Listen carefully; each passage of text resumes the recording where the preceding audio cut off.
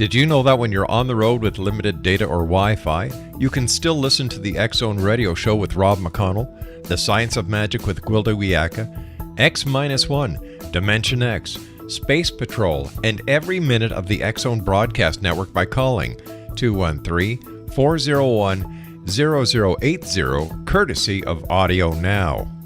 No smartphone, app, or internet needed. It saves your data plan and it's free if you have unlimited minutes. Call 213-401-0080 to listen on any phone, anytime, anywhere. Remember 213-401-0080 for the best of the paranormal, parapsychology, and sci-fi radio programming anywhere, 24/7, 365.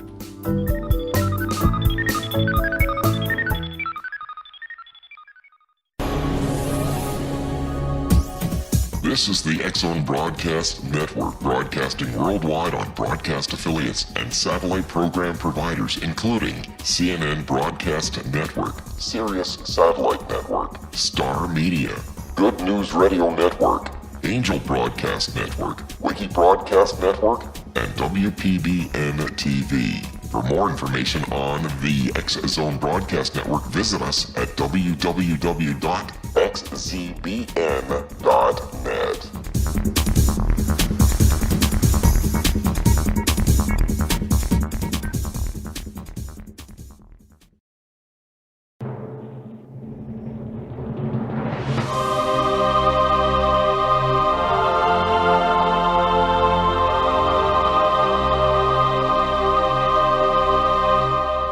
The Science of Magic with Gwilda Wiyaka is largely an opinion talk show. All opinions, comments, or statements of fact expressed by Gwilda Wiyaka's guests are strictly their own and are not to be construed as those of the Science of Magic or endorsed in any manner by Gwilda Wiyaka, Relmar McConnell Media Company, its affiliated networks, stations, or employees.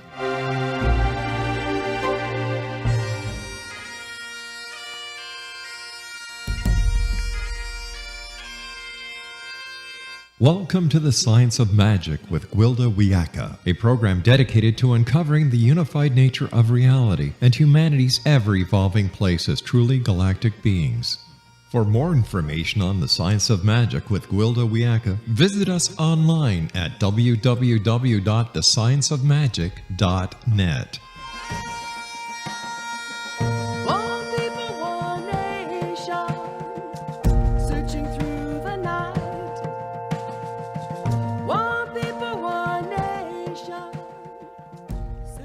Welcome to the Science of Magic, a place where science and magic come together to transform fact into evolving truth.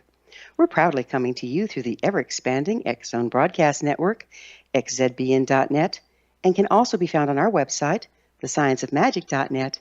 I'm your host, Gwilda Wiyaka. This hour we'll be exploring Bespelled. When we think of spells, we often envision a candlelit room circled with witches and warlocks, draped in hooded velvet robes, muttering mysterious incantations designed to bespell some unsuspecting soul into doing things against their will. It's no wonder, from cackling hags over a cauldron and love potions to voodoo dolls, magical spells have been used to impose another's will upon the individual without permission. Many consider magic to be mythical mumbo-jumbo with no basis in science or reality. Yet, all magic is an organized set of rituals designed to enable the practitioner to wield matter at the quantum level. When properly performed by a well-trained practitioner, these rituals have a profound effect on the material world. Believe it or not, this stuff really works. While spells can indeed be imposed to do harm or artificially influence individuals and events, when responsibly wielded with permission, these same spells can be used to heal and enhance lives. Take, for instance, the voodoo doll. Found in African shamanic traditions, this doll is simply a surrogate designed to help the practitioner focus their quantum level work on a particular individual.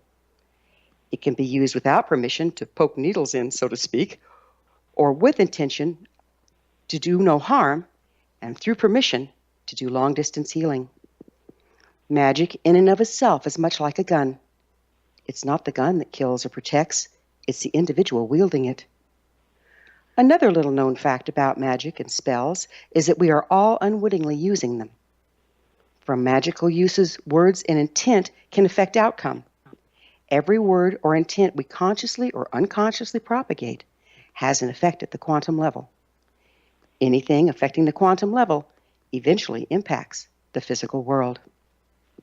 My original shamanic teacher, a Lakota shaman, taught that the power of word goes on long after the sound is gone. He said every word we utter carries forward to the 7th generation. Our words are to be guarded and carefully used. To overuse them is to disempower them.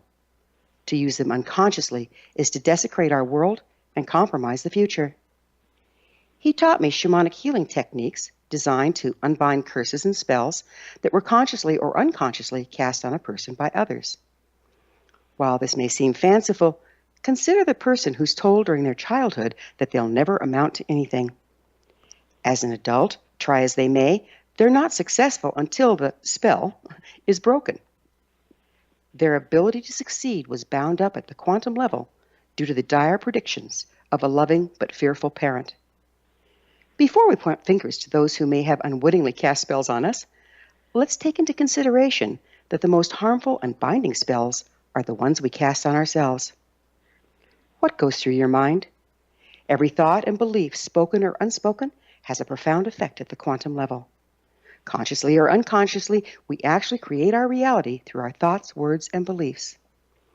If we're thinking or saying negative things about ourselves or our lives, we're actually creating that reality.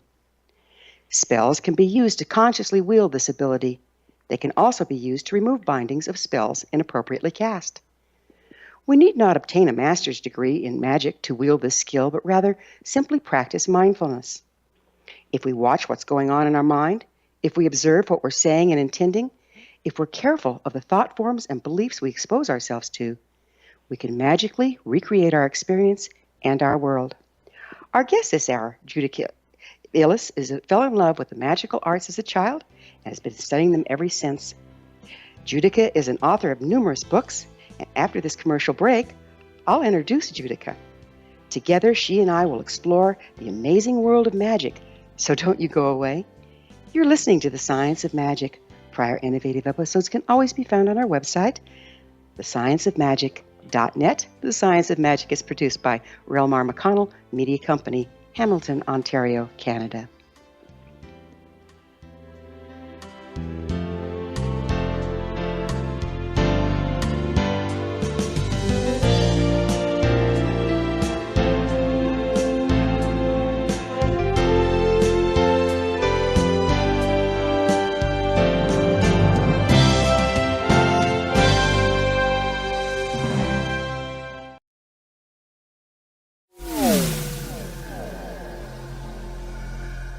This is Kevin Randall.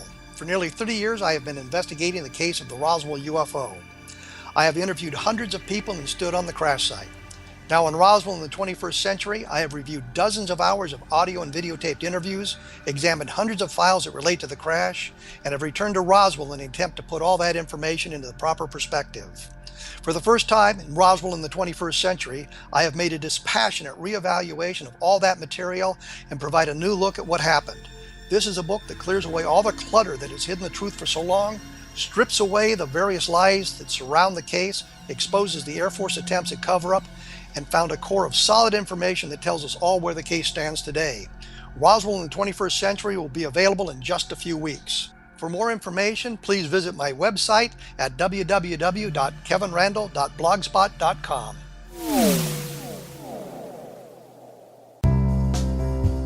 Gibbs A. Williams, Ph.D., is a practicing psychoanalyst, supervisor, researcher, and author in New York City. Much of his life has been dedicated to understanding nature and the uses of meaningful coincidences or synchronicities. His radical and original non-Jungian, non-mystical, non-magical theory of synchronicities illuminates much of the fog surrounding this challenging and perplexing topic. His ideas and manners are fresh, presented in a style that is both entertaining and highly informative. He is also an expert on crisis intervention, specially focused on violence reduction for the police and citizens, mastering anxiety, frustration, and stress without the use of medication, and effectively preventing and treating heroin addiction. Dr. Williams can be contacted at his email address at gwwilliamsny11@aol.com or visit his website at www.drgibbswilliams.com.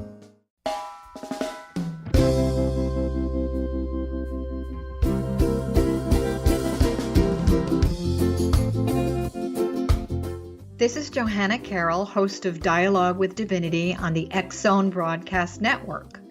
While walking along Kaanapali Beach in Maui this past year, I kept discovering all these shells and coral in the shape of hearts. My dialogue with Divinity was very simple. Do you want me to do a retreat to heal people's hearts in Maui next year?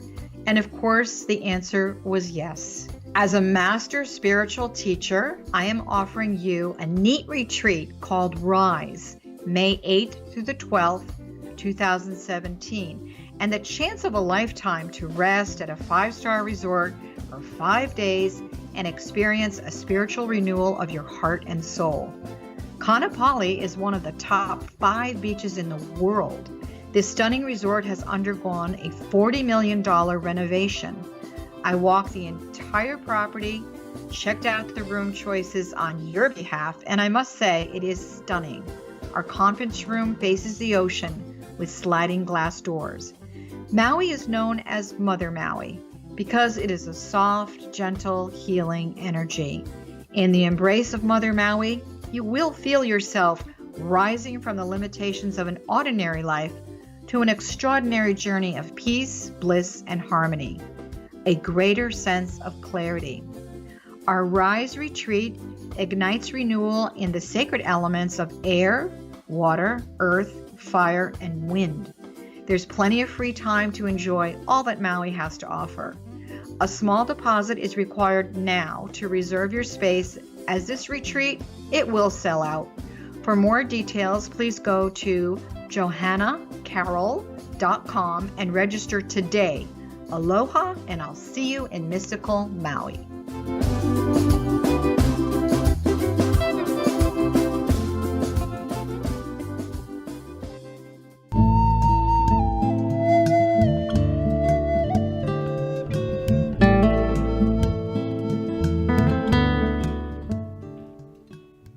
Welcome back. This is the Science of Magic, dedicated to unification and evolution of consciousness.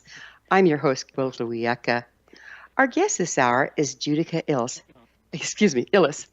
She's the author of numerous books, including the Encyclopedia of 5,000 Spells, the Encyclopedia of Spirits, the Big Book of Practical Spells, and the Encyclopedia of Witchcraft. JUDIKA has worked as a professional card reader and spiritual counselor for over 2 decades. She's the editor of the brand new anthology of vintage esoteric fiction, the Weiser Book of the Fantastic and Forgotten. Her website is JUDIKAILLES.com. That's JUDIKAILLES.com. Judah, thank you for joining us on Science of Magic. Oh, thank you for having me, Gwilda. I'm very happy to be here. This should be a lot of fun. You're quite the expert on spells, it looks like. So would you Apparently. I find myself so. So I'm not going to make you mad, okay? No voodoo here, okay? Well, one of the attributes of a good spellcaster is self-control. Control over your own emotions. It's very important. Yeah, absolutely it is. So would you define magic for us?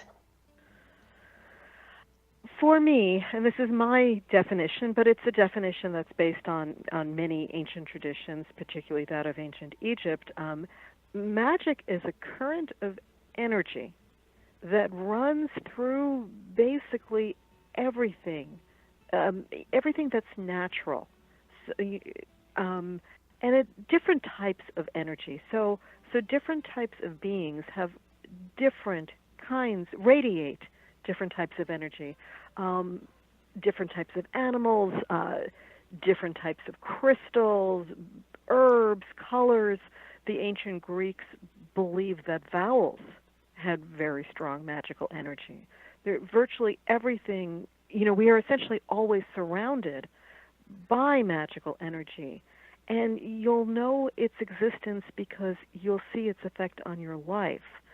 a magic spell, magical energy is natural. It's just there. Magical spells are created by people in an attempt to harness that energy for fulfillment of a goal. Okay, so if we're harnessing the energy for a fulfillment of a goal, it sounds to me like what you opened with is we have to be responsible because it's just energy. What we do with it is up to us. Is that Always. correct? Oh, I'm an existentialist. Always, you are responsible for your actions. Absolutely, absolutely.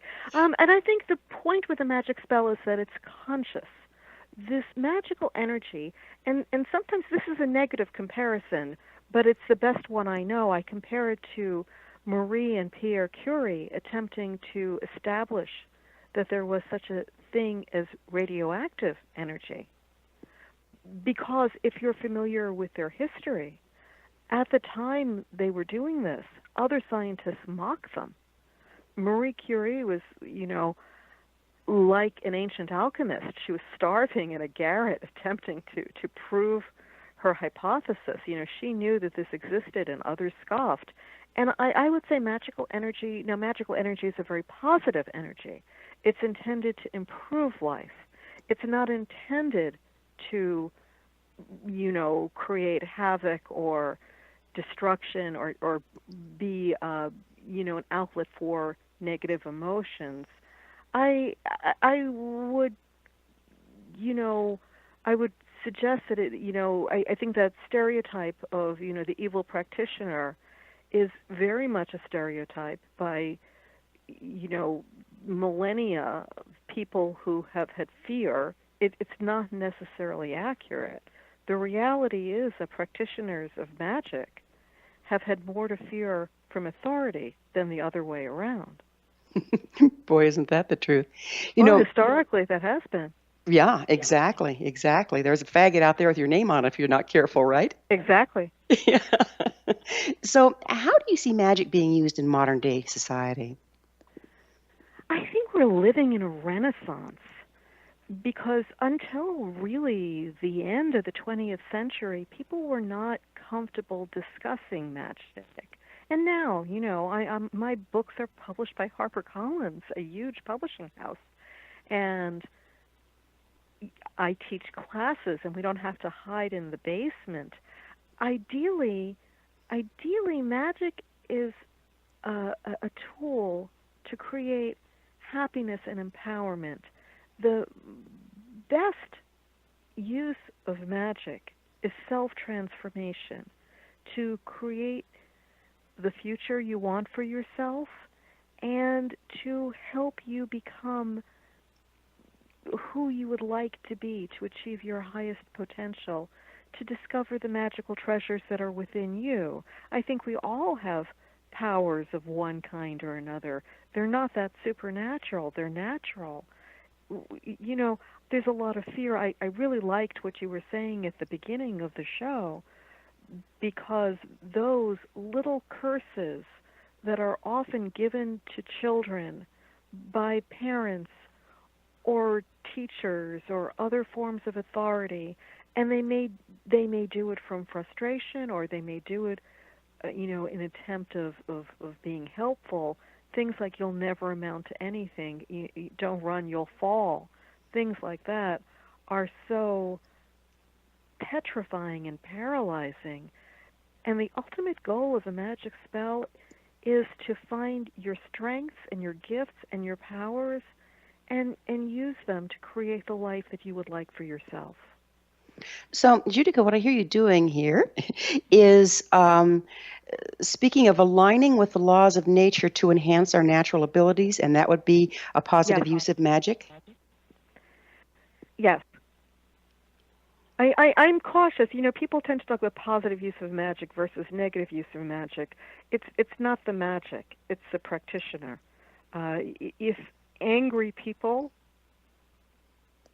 do angry things, people who are perpetually, everybody has a bad day, but people who are embroiled in negative emotions, if they are filled with jealousy and rage and anger and resentment, those people will cast negative spells.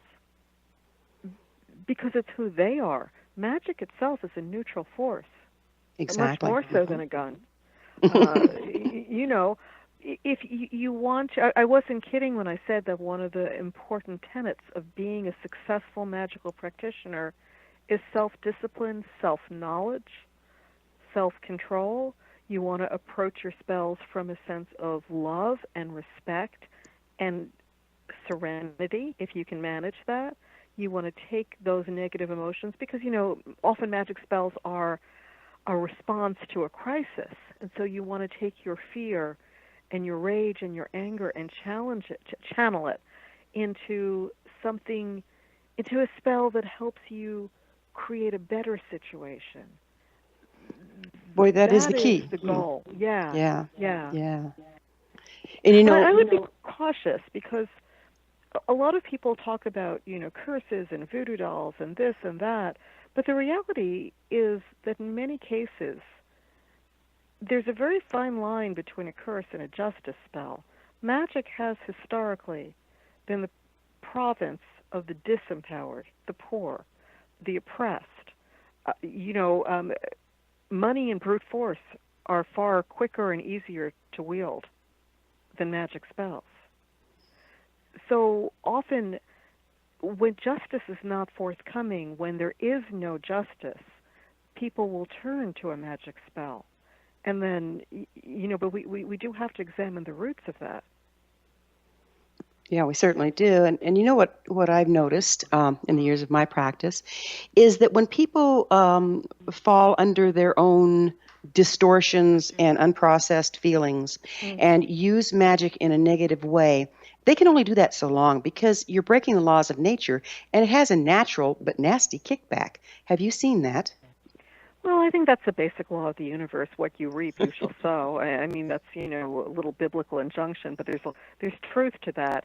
If you are someone who perpetually puts out negative energy, you will not have a happy life. Yeah. That's just a given, you know, depending on how long it comes back to you. But that's a fact. If you are continually operating out of anger and frustration and jealousy, you will not achieve happiness. Right, like draws like, huh? Yeah, very much so. Yeah. So how long has magic been around? Do you have any idea? Forever. And I think it's supreme. I think that magic as an energy has been here. Well, you know, there's an ancient Egyptian story. It's actually part of a creation myth. According to this myth, the Creator created the universe, looked out upon it, and saw that all was not good, and that people were in for heartache. And so the last creation was magic, magical energy, which the ancient Egyptians called Heka, Heka is how we transliterate it. And that magical energy was designed to ward off the blows of heartache. And that's what it's there for. Amazing. You know, there are people who do wonderful things and there are people who don't. There are people who, you know, the history of the world is people doing terrible things to each other. And I am very cautious against holding magical energy up to a double standard because there's certainly political abuse, financial abuse, brute force. Magical abuse is just one of a series of terrible things that people do to each other. Yeah, I think it's the hidden aspect of magic that has people more afraid of it than the brute force through finances, don't you? I don't know. I you know, if somebody casts a spell against you, that can be broken. And a magical practitioner is constantly doing cleansing spells, constantly doing warding spells. A lot of things that are sent against people are not conscious. There is something that the ancients described as the evil eye. It's a negative energy, and it can be sent spontaneously. So that's not, you know, it could be focused on someone spontaneously without planning. And so experienced magical practitioners do take care to protect themselves. I'd almost rather have someone cast a negative spell against me than be mugged. I worked in New York City in you know, the late 70s, early 80s, and, you know, that trek from my office to my home was terrifying. Everybody I knew had been mugged. So, I know of what I speak. Having, and coming from people who have experienced all kinds of violence, I don't know. I would prefer the magical. I think that's easier to deal with. You and I are on the same page there. It's like, I think there's a lot of fear of the unknown, but when you know, it's a much kinder, gentler way, and it can be undone. So but it no longer has to be unknown. Okay. I'm sorry. We're gonna have to pick up with this on the other side of a break. Judika and I will return to our discussion after this short break. We're coming to you through the land of leading-edge paranormal broadcasting, the X-Zone Broadcast Network. Don't miss out on the other fine shows on xzbn.net. You're listening to The Science of Magic, thescienceofmagic.net. I'm Gwilda Wiyaka. Judith and I will be back, so don't you go away.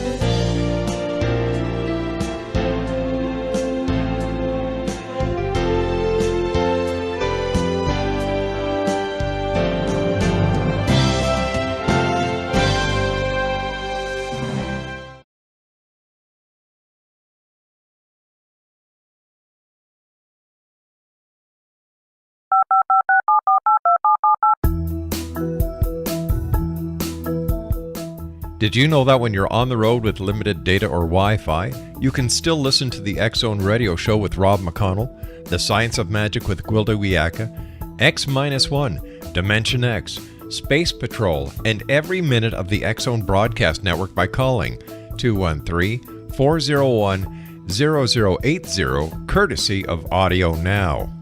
No smartphone, app, or internet needed. It saves your data plan, and it's free if you have unlimited minutes.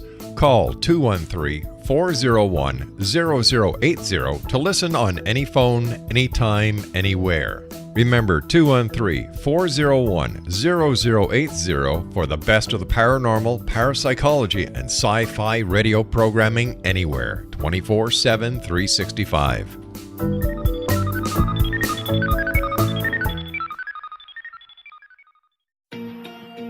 Wouldn't you love to know the secret to everything? Well then, meet Dr. Kimberly McGeorge and her cutting-edge, breakthrough knowledge that combines science with possibility.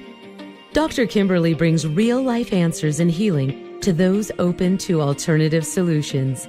She teaches solution-based programs and classes that will change all areas of your life forever. Specializing in conscious creation, intuitive readings, and energy medicine, you can rapidly shift health, relationships, business, and money and abundance challenges quickly. Receive her best-selling book, Secret to Everything, at no cost by going to secrettoeverything.com/X-Zone. That's right, transformation can start now. Just go to secrettoeverything.com/X-Zone and receive Dr. Kimberly's book for free.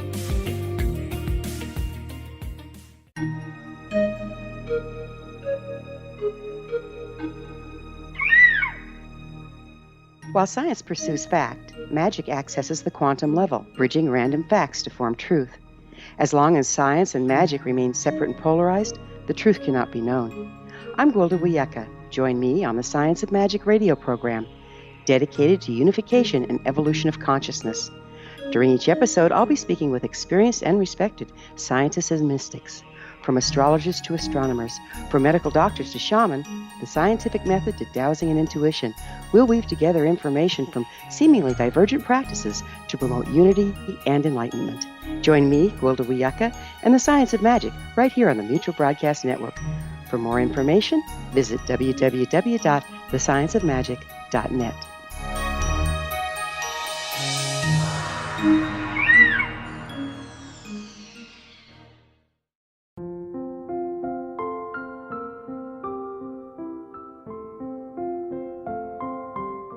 I am Dr. Carl O'Helvey, founder, president of a new cancer foundation focusing on evidence-based physical, mental, and spiritual interventions including natural cancer cures, prayer, meditation, affirmations, nutrition, and other related holistic cancer prevention and cure modalities.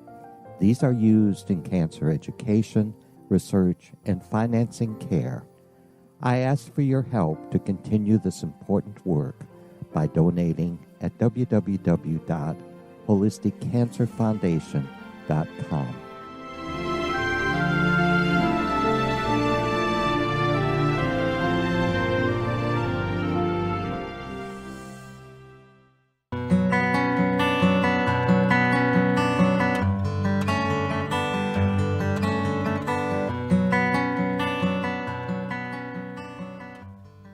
Welcome back. This is The Science of Magic, a place where magic and science come together to promote enlightenment.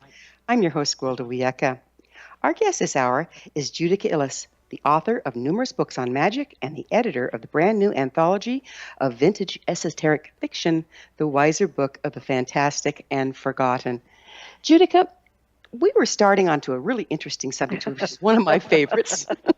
And it's like, people traditionally have been afraid of magical practices and, fearful that, oh my gosh, they're evil and things are going to go bad. And you and I both are in agreement that there's a lot worse things out in the world. In fact, that the magical practices can do extreme good. Would you speak to this a little bit for us?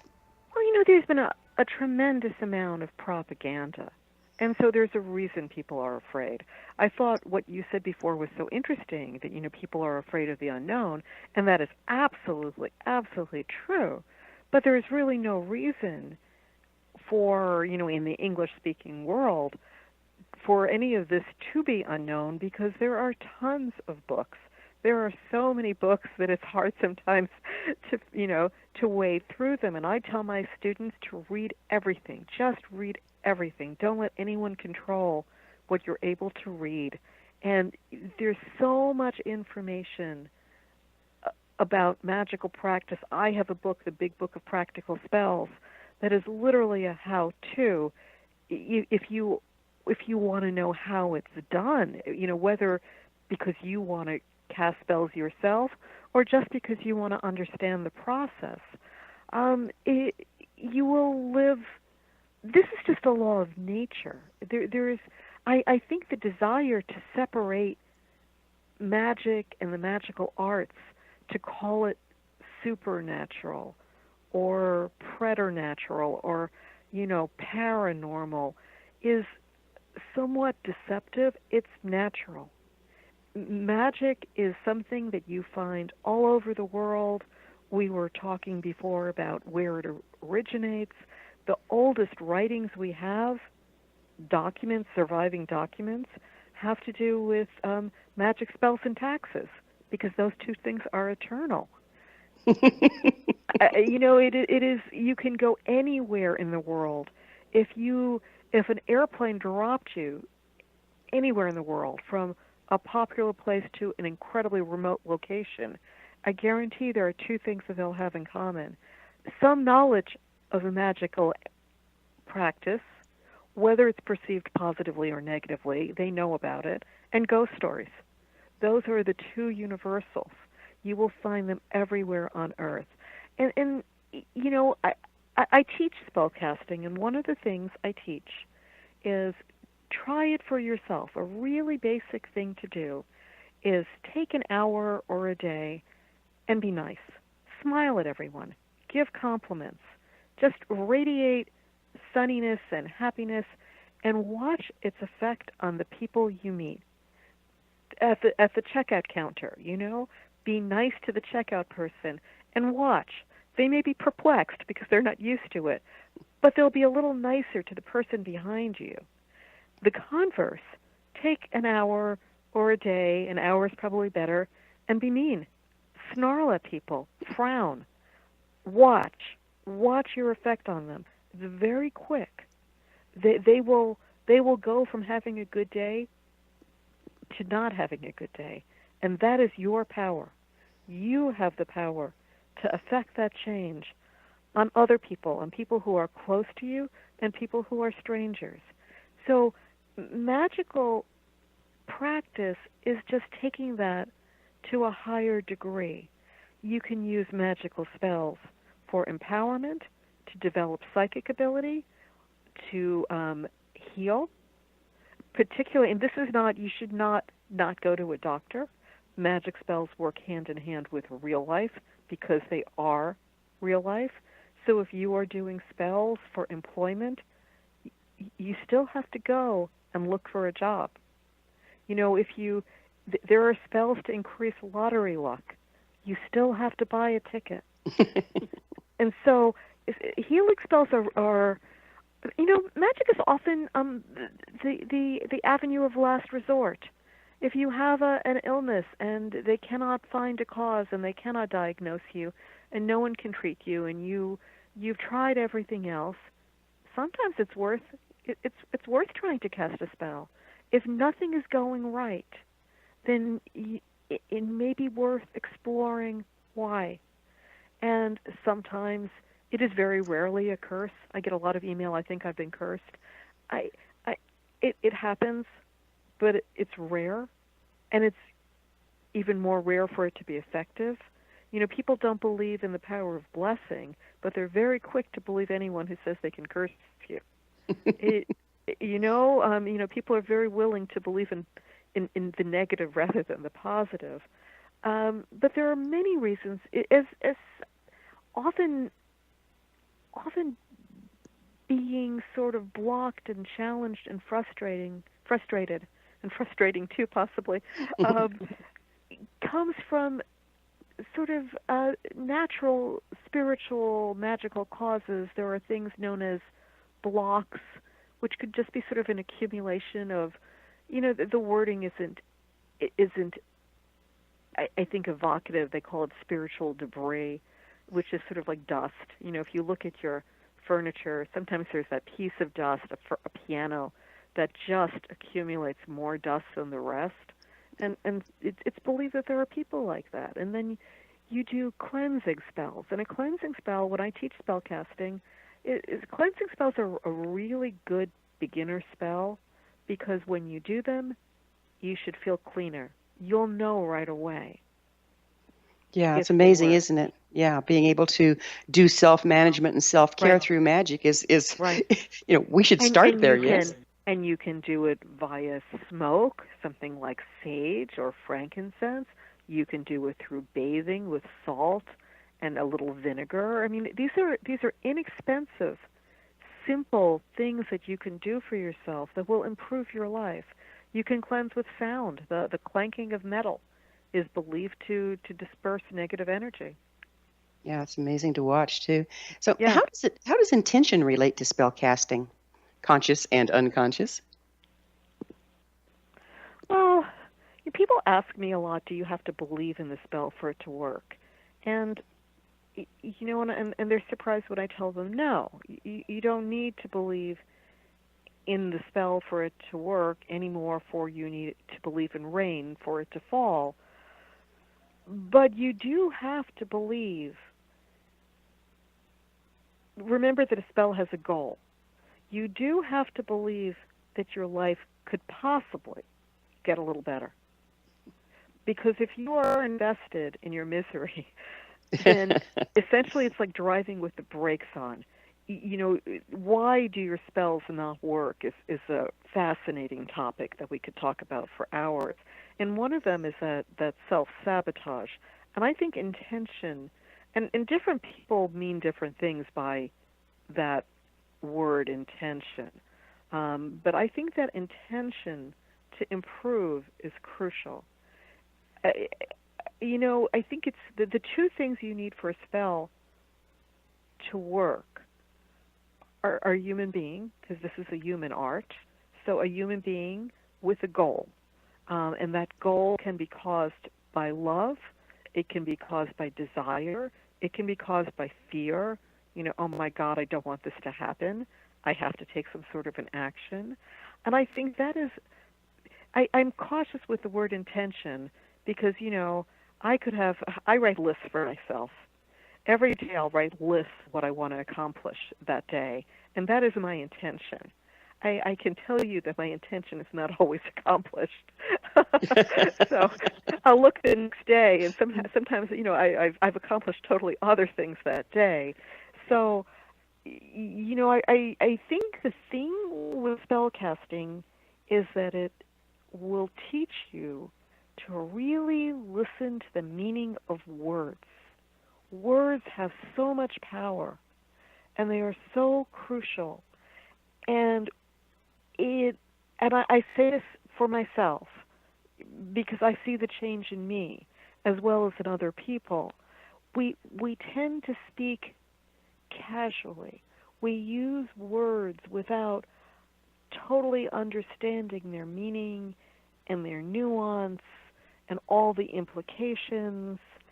And spell casting will teach you not to do that, because the most dangerous thing about a spell is that it might work. And so be careful what you ask for, and be careful how you ask for it. Because let's say you really, really desperately need, you need a new refrigerator. And then somebody gives you like a silver charm of a refrigerator for a bracelet. Well, your spell worked. You got a refrigerator, but it wasn't the refrigerator you wanted. And that's a superficial version of that. But sometimes we ask for things that we don't totally understand, and so we have to be careful.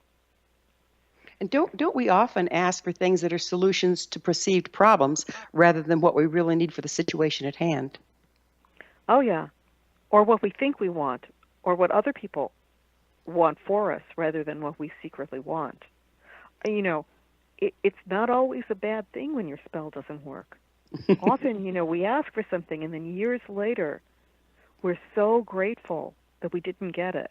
And I mean, it doesn't have to be magic. Think of, every time they arrest a serial killer, there is some woman who was thinking how much she liked him in high school. Wow, I wanted to go out with him. And now she's considering herself blessed that he didn't pay her any attention. You can really, really, really want a job, and 6 months later the company goes out of business, and your sadness over not getting the job is transformed into relief. So sometimes when spells don't work, that's our guardian angels watching out for us. Yeah, most times, right? Often, I think. Yeah. We're going to have to take a break here pretty soon, but on the other side of this break, I would really like to go into love spells, marriage, and magic. Do you think we can do that? Sure. That sounds like fun. Okay, so on the other side of the break, when we're going into these, I want everyone to kind of think, how many times have we unconsciously tried to set our intent, like you said, to be with someone that it may not be what they want? And what effect does that have on our world, on their world? And how unconsciously do we bind ourselves to each other and them to us, and then never break that binding, and it affects our life for the rest of our life? Interesting questions, and I'll bet Judika has some interesting answers for us. Judika and I will be back shortly. You're listening to The Science of Magic, thescienceofmagic.net, the place where altruistic professionals of science and esoteric create common ground for the betterment of our world. We're brought to you by the leader in paranormal spirituality and alternative health programming, the X Zone Broadcast Network, xzbn.net. Don't you go away, because we will be back with some fun stuff to talk about.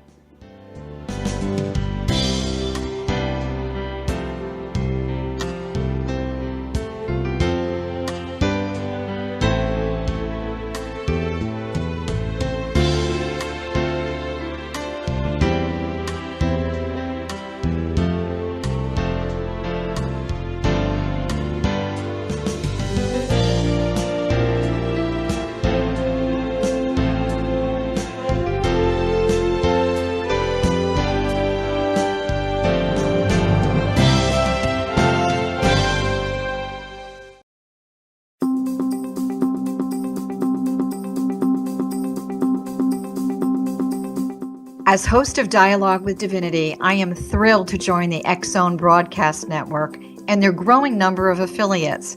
My quest for a connection to the divine ignited my successful career path as an international spiritual counselor for over 40 years, an author of 4 books, and well-known metaphysical educator. My clients call me their spiritual mama. So my job is to offer you a radio show to help you grow spiritually with wisdom and get specific tools from guests who are experts in their field. Tune in to Dialogue with Divinity and be part of the conversation with Spirit. My goal, your happy soul. For more information, please visit my website at johannacarroll.com.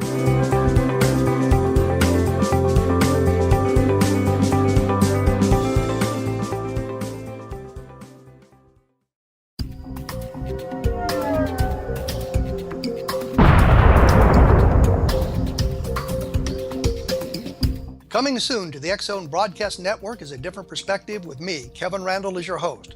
We'll be taking a close look at what is happening in the world of UFOs today with side trips into the paranormal. Guests will range from those who are household names to those who have a different perspective on a variety of topics. No topic will be taboo, but there will be tough questions asked as we all search for the truth about UFOs, the paranormal, and those things that excite us. Sometimes we'll agree with a guest and sometimes we won't, but we'll try to keep the program topical. For those of you who would like to read, be sure to visit www.kevinrandall.blogspot.com and remember to listen to the other fine programs on the X-Zone Broadcast Network at www.xzbn.net.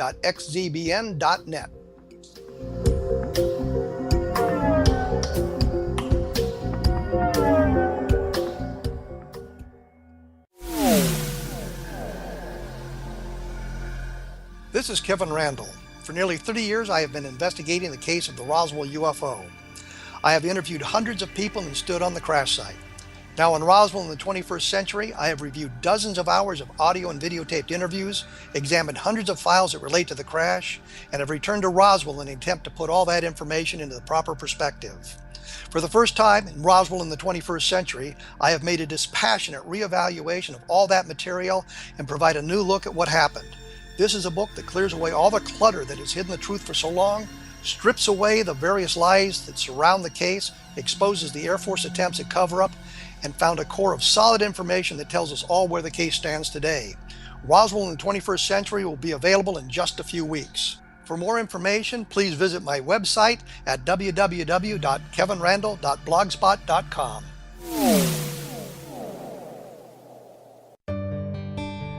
Afterlife expert Roberta Grimes was the first one to say that dying can be fun. Now her best-selling book, The Fun of Dying, is available in stores worldwide. So if you wonder whether death ends life, how it feels to die, or what heaven might be like, The Fun of Dying was written for you. And if you have always been afraid of death, or if you worry that your life has no meaning, let The Fun of Dying ease your fears and bring new meaning to your life. Nothing said in The Fun of Dying is based on the teachings of any religion. Instead, Roberta draws on evidence to explain how death happens, how it feels, and what comes next. A lot of the best death-related evidence was produced in the first half of the 20th century. When it is put together with recent discoveries, it tells a consistent and amazing story. Roberta Grimes blogs and answers questions at robertagrimes.com. Her wonderful book, The Fun of Dying, is available on Amazon and at stores worldwide wherever books are sold.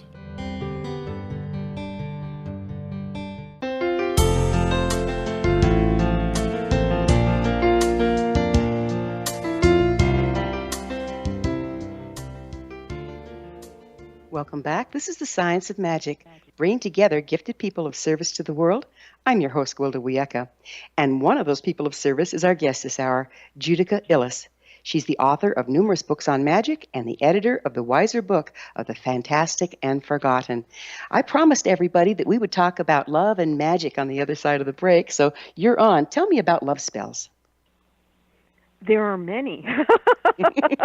They are among, I would say, the most popular topics of magic spells are money, protection, and love.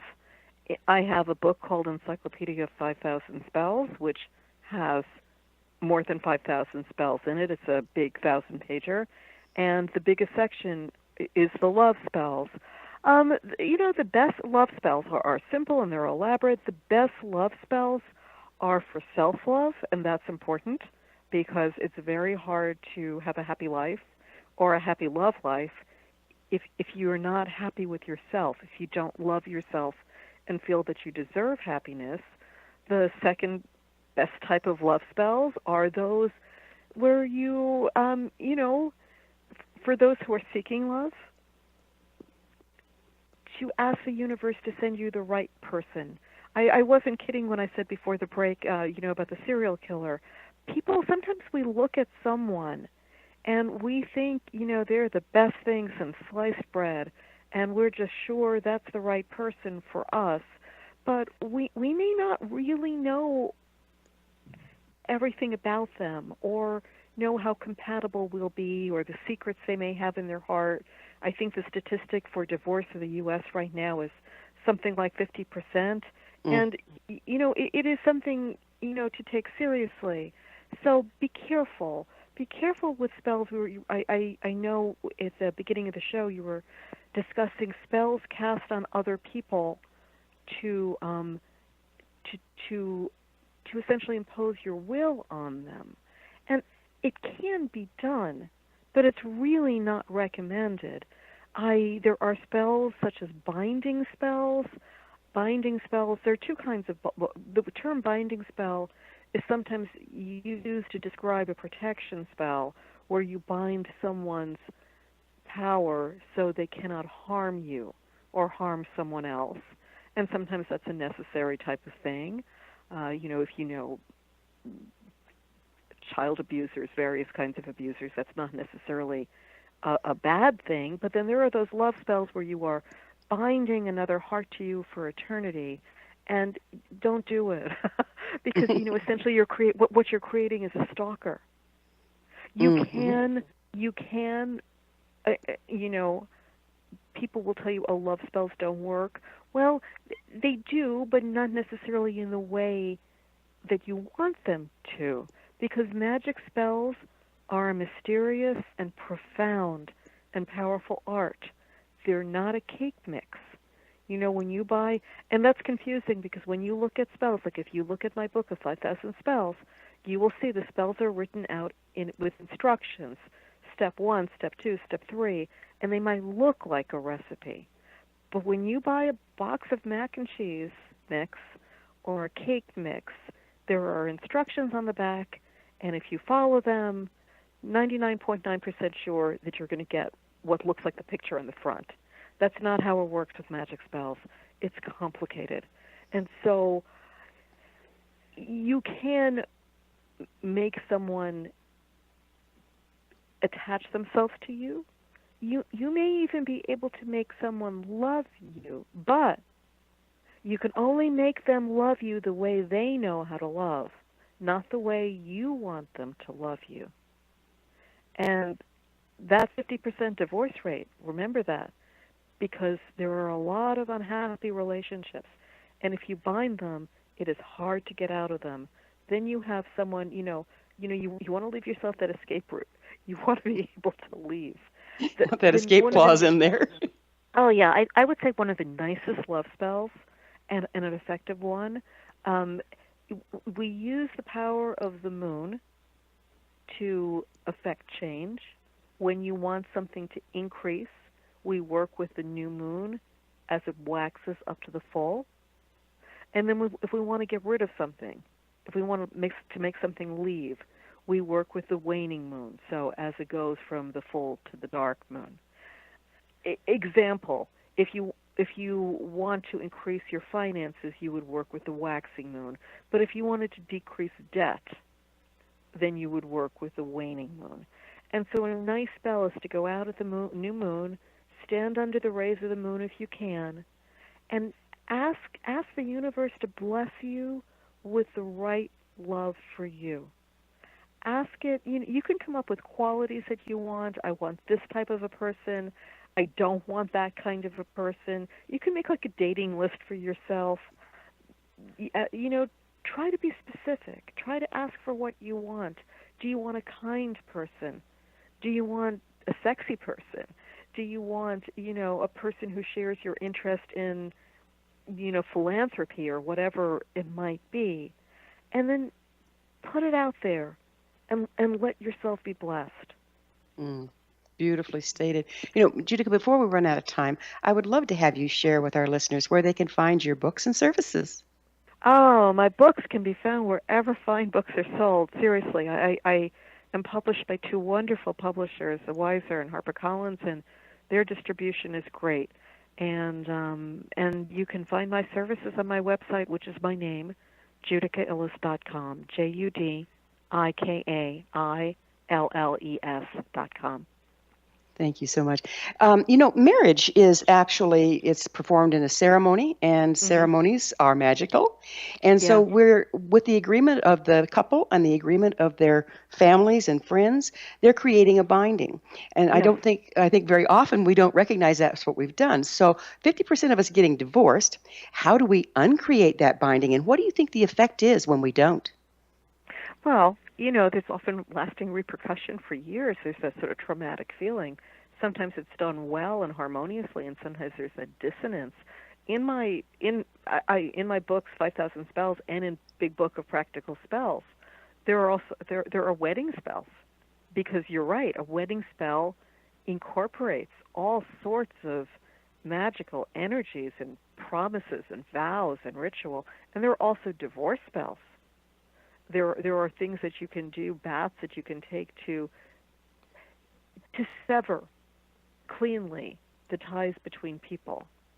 But I think really one of the most crucial things is really paying attention to words. When you have those marriage vows, think about what you're promising.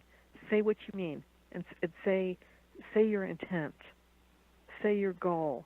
Don't just whether you write your own vows, or, if you like the traditional vow, then use them, but be aware of what you're saying. Very, very crucial not to just parrot words because someone puts them in front of you. Be aware, because your word is your honor, and your word is essentially you. So be careful. Be careful what you do with your words. Yeah. Do you think that our coming of age, right now it's like we're kind of unconscious of our passages, and it used to be there would be spells or traditional ceremonies for a person to become an adult, for a person to become an elder. Do you have some stuff in your book that covers that? Yeah. And I think that also depends on tradition. I think within the pagan communities there still are traditions and rites for young girls who are entering their fertile years, for women who are passing out of their fertile years, for all sorts of life passages. There certainly are rituals and new ones being developed all the time. And I would just like to put out there that spells and rituals are created by people. So if you ever see a lack, you're a person too. Create one. I started writing because I wanted to buy a book. I could see it in my head, and it didn't exist. So I wrote it. And that really applies to all sorts of stuff. If you are longing for some kind of a rite or a ritual, maybe that's your inspiration to actually create it. And do you have some basic principles that people can use to kind of like use as a skeleton for creating new spells? Think about what you really want. That is the focus. That is the first thing. Really, really try to be specific with what you want.